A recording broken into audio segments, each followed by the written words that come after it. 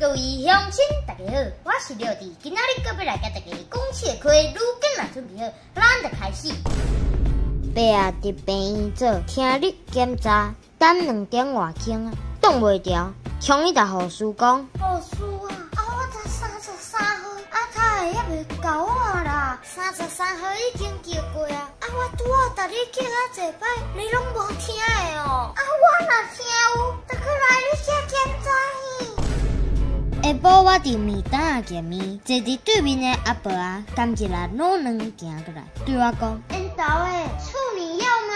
啊，你要个处女哦。